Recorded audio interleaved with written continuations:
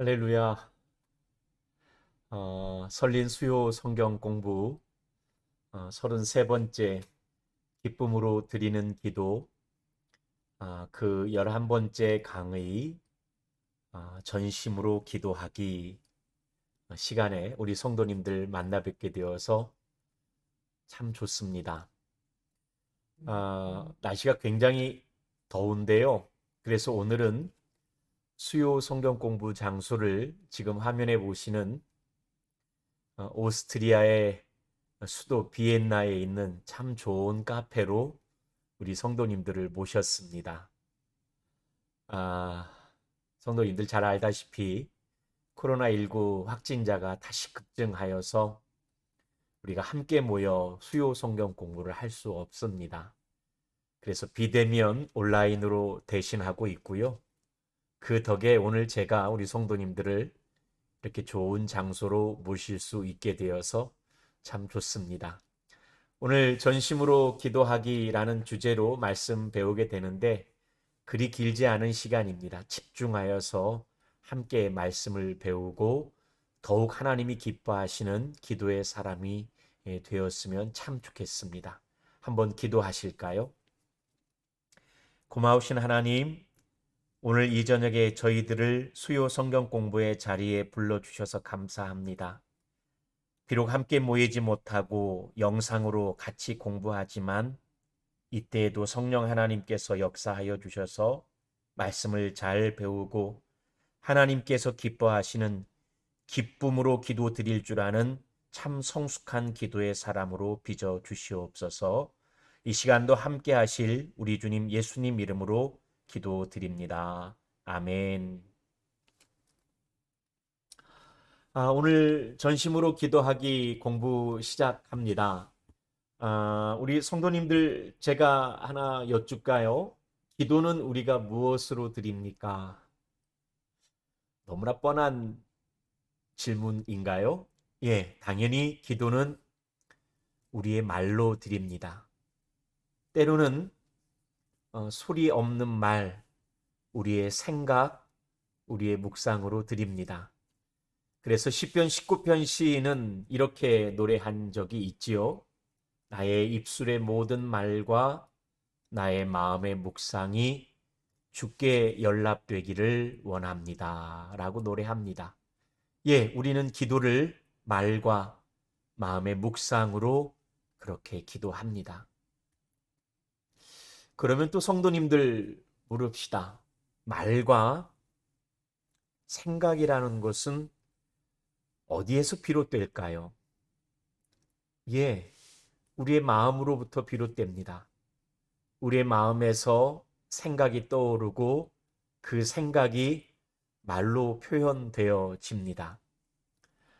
물론 또 이렇게 질문할 수 있겠죠. 마음은 어디에서부터 비롯되냐 하면은 우리의 뇌로부터 시작하는 것 아닙니까? 라고 대답할 수 있는 아주 과학적인 분석을 좋아하시는 분들도 계시겠지만 오늘 저녁 제가 말씀드리고자 하는 것은 언어학도 아니고 심리학도 아니고 뇌과학도 아닙니다. 그냥 우리가 흔히 말하는 일상의 말을 통해서 드릴 수 있는 얘기들입니다.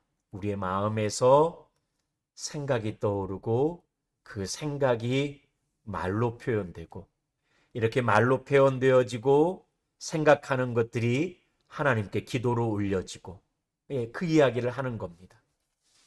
그런데 성경을 읽다 보면 재미난 표현 하나를 발견하게 되는데 성경은 같은 말을 두 번 반복하는 경우가 있습니다. 이런 경우를 성경 언어의 표현으로 동의 반복법이라고 합니다. 보통 무엇을 강조할 때 그렇게 말합니다. 그런데 혹시 성도님들 기억하십니까? 너희는 마음을 다하고 성품을 다하고 라고 마음을 다하고 성품을 다하고 라고 반복되어서 성경에 기록된 표현들을 종종 보게 됩니다. 예, 성경은 마음과 성품을 같은 뜻의 언어로 사용하고 있습니다.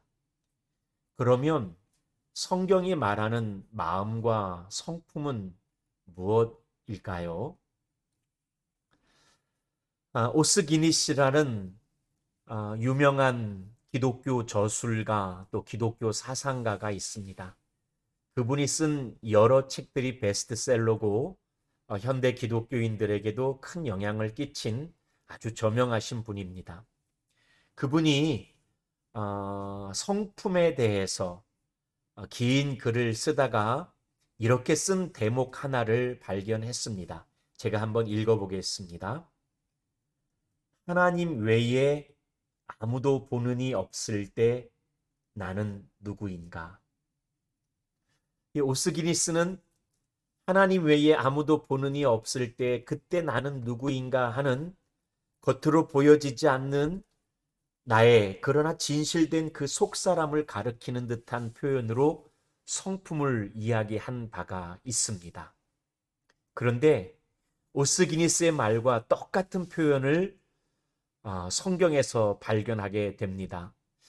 베드로전서 3장 말씀에 보면 여인이 자신의 단장을 어떻게 할 것인가를 말씀하는 구절이 나오는데 그저 외모를 단장하는 데에 치중하지 말고 베드로 사도는 이렇게 권면한 적이 있습니다. 3장 6절의 말씀인데 제가 한번 읽어보겠습니다. 오직 마음에 숨은 사람을 온유하고 안정한 심령에 썩지 아니할 것으로 하라. 이는 하나님 앞에 값진 것이니라. 아멘. 여기 표현 보니까 오직 마음에 숨은 사람.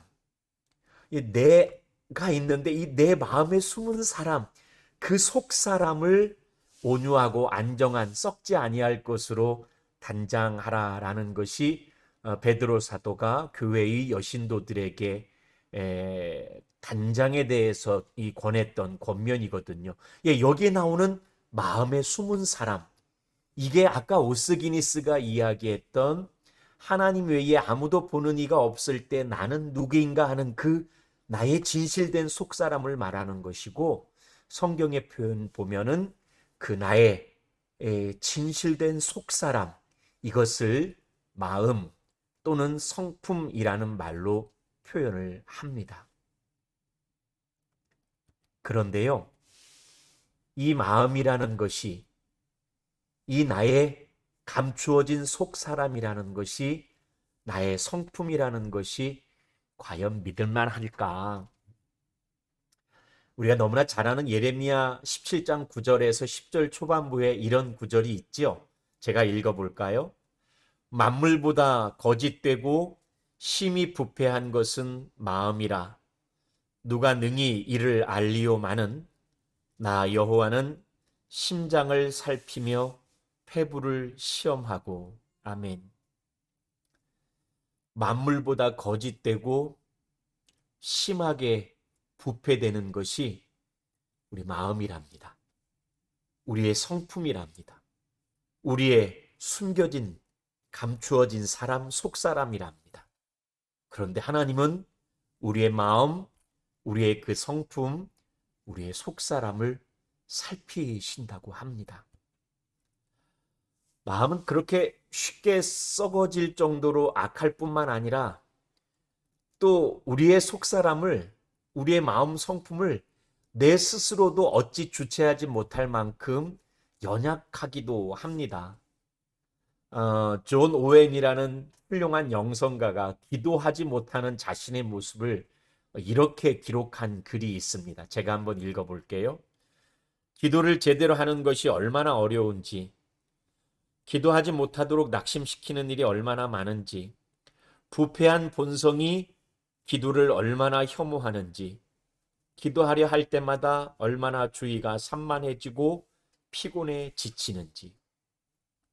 오늘 전심으로 기도하기라는 주제로 공부하고 있는데 우리의 이 속마음이라는 것, 우리의 속사람이라는 것, 우리의 성품이라는 것 자체가 때로 악하고 때로 약하여서 기도하지 못하게 하는 것이 우리의 마음이고 우리의 성품이라고 존 오웬은 그렇게 탄식한 적이 있습니다.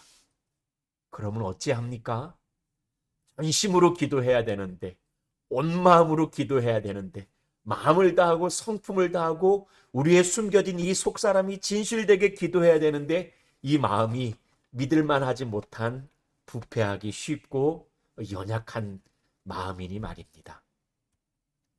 그런데 성경은 이 마음을 고칠 수 있는 한 가지 비결을 우리에게 가르쳐 주고 있습니다. 성령에 대한 여러 가지 환상적인 이야기로 우리의 마음을 뜨겁게 하는 구약 성경, 그 선지자가 에스겔 선지자인데요. 에스겔 선지자가 성령을 말하며 이렇게 선언한 적이 있습니다. 에스겔 36장 26절 말씀입니다. 제가 또 읽습니다. 또 새 영을 너희 속에 두고 새 마음을 너희에게 주되 너희 역신에서 굳은 마음을 제거하고 부드러운 마음을 줄 것이며. 아멘. 새 영을 우리 속에 주신답니다. 그런데 이 새 영, 성령이 우리 속에 들어오시면 그 다음 일어나는 말이 새 마음을 우리에게 주게 되시고 여전에 돌처럼 딱딱했던 굳은 마음을 다 제하시고 살처럼 부드러운 마음을 줄 것이라고. 곧 성령이 우리에게 임하시면 그 성령께서 우리의 마음을 치유하시고 우리의 마음을 변화시킬 것이라고 에스겔 선지자는 힘있게 선언합니다. 그러므로 사랑하는 성도님들, 놀라운 것은 마음이 고쳐지는, 그렇게 새 마음을 갖는 것은 내 안에 있는 선한 의지로, 내 안에 있는 선한 각오로, 또는 내 안에 있는 어떠한 선한 능력이 내 마음을 새롭게 하는 것이 아니라 주의 성령과 연합되었을 때 그때 우리의 마음이 새 마음이 됩니다. 곧 새 마음은 주의 성령과 연합된 마음입니다. 주의 성령과 연합된 마음, 새 마음이 됐을 때, 우리가 새 마음이 됐을 때, 새 성품이 되었을 때, 우리의 숨겨진 속사람이 새 사람이 되었을 때, 거듭난 사람이 되었을 때, 그때 우리에게서 비롯된 그 증거는 무엇일까요? 네 가지입니다. 첫 번째, 우리의 머리는 얼마나 올바른가요? 하루 종일 많은 생각을 하고 살아가시는데 그 생각들이 추하지 않나요? 그 생각들이 오직 자기 욕심에서 비롯된 이기적인 생각들로 가득 차 있진 않나요?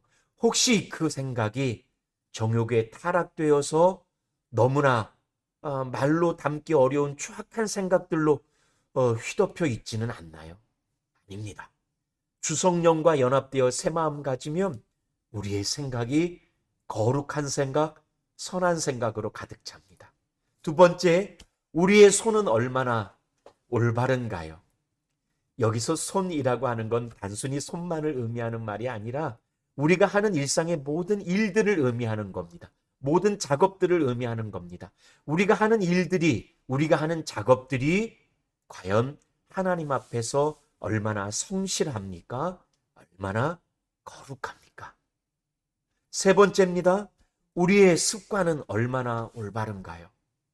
요즘 하루 종일 스마트폰에 매여 유튜브에 감각적인 영상에 매여 또 카카오톡이나 여러 가지 게임에 매여 또는 말도 되지 않는 구설들에 휩싸여 그러한 영상물에 막 쫓겨 이 습관에 매여 있지는 않습니까?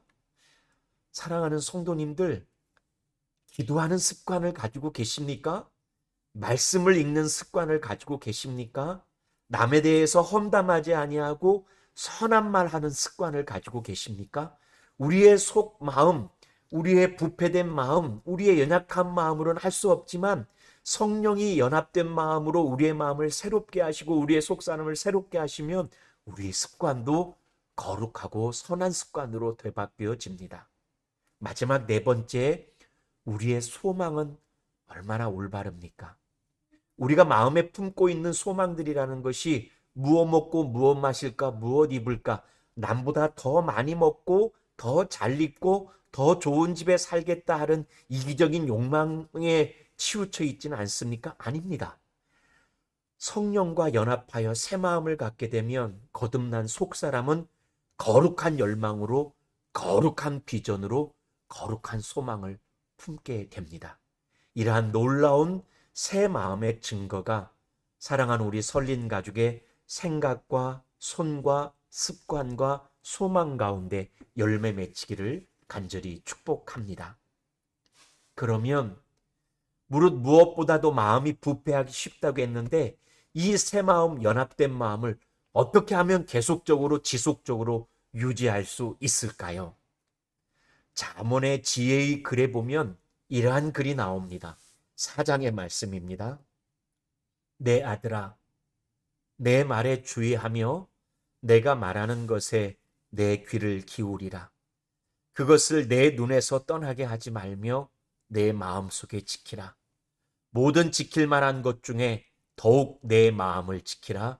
생명의 근원이 이에서 남이니라. 아멘. 잠언 기자는 이렇게 지혜롭게 말합니다.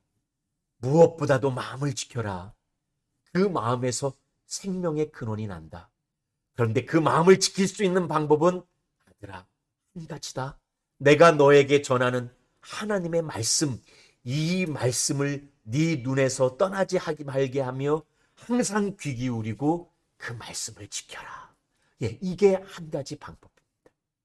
우리의 마음, 우리의 새 마음, 우리의 연합된 이 마음, 우리의 거듭난 속사람을 유지하고 지속적으로 지켜낼 수 있는 단 한 가지 비결, 오직 하나님의 말씀뿐입니다. 이제까지 이야기한 것을 총정리해 봅니다.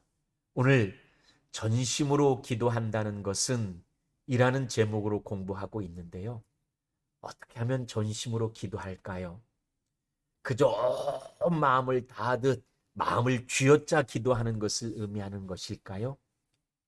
그렇게 기도해야겠지만 전심으로 기도하는 것의 올바른 의미는 온 마음을 다하기 위하여 부패하기 쉽고 연약한 이 마음을 새롭게 하기 위하여 성령과 연합하고 그 마음 변질되지 아니하도록 말씀에 붙들려 하나님 외에 아무도 보지 않는 그때에 거듭난 거룩한 사람이 되어서 정말 온 마음 다해 하나님만을 구하는 것, 이것이 전심으로 기도하는 것입니다. 다시 말씀드립니다. 성령과 연합하여 새 마음 품고 그 새 마음이 지속될 수 있도록 말씀에 붙들려 옛사람은 떠나가고 거듭난 사람이 되어 세상 다른 것 구하지 아니하고 하나님만을 구할 때 그 기도가 전심으로 기도하는 기도이며 우리가 이렇게 전심으로 기도할 때 하나님은 우리의 기도에 반드시 응답하여 주실 줄로 믿습니다. 우리 사랑하는 설린 가족 모두가 이렇게 전심으로 기도하여 하나님께 응답받는 능력 있는 기도자가 되시기를 주님의 이름으로 축복합니다. 오늘 수요 성경 공부는 이렇게 마치겠습니다. 다음 주에 기쁨으로 드리는 기도 총 마무리하는 시간을 다시 한번 영상으로 갖도록 하겠습니다. 늘 말씀에 붙들려 늘 기도하는 사랑하는 설린 가족이시기를 축복합니다. 기도하고 마칩시다. 하나님, 오늘 전심으로 기도하기라는 주제로 함께 공부하게 하셔서 고맙습니다. 마음이 부패하고 연약한 저희들 가운데 성령 하나님 임재하여 주시옵소서.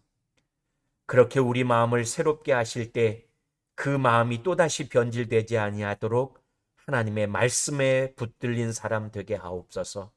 그리하여 후패한 옛사람은 사라지고 오직 주의 영으로 주의 말씀으로 거듭난 사람이 되어 이제 세상 욕망, 나의 욕망을 구하는 사람이 아니라 하나님만을 구하는 사람이 되게 하여 주시옵소서. 전심으로 기도하여 응답받는 능력 있는 기도자가 되게 하여 주시옵소서. 우리의 기도에 늘 응답하여 주시는 예수님 이름으로 기도합니다. 아멘.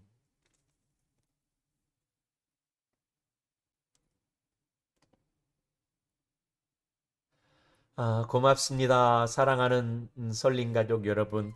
코로나19 가운데 있는데요.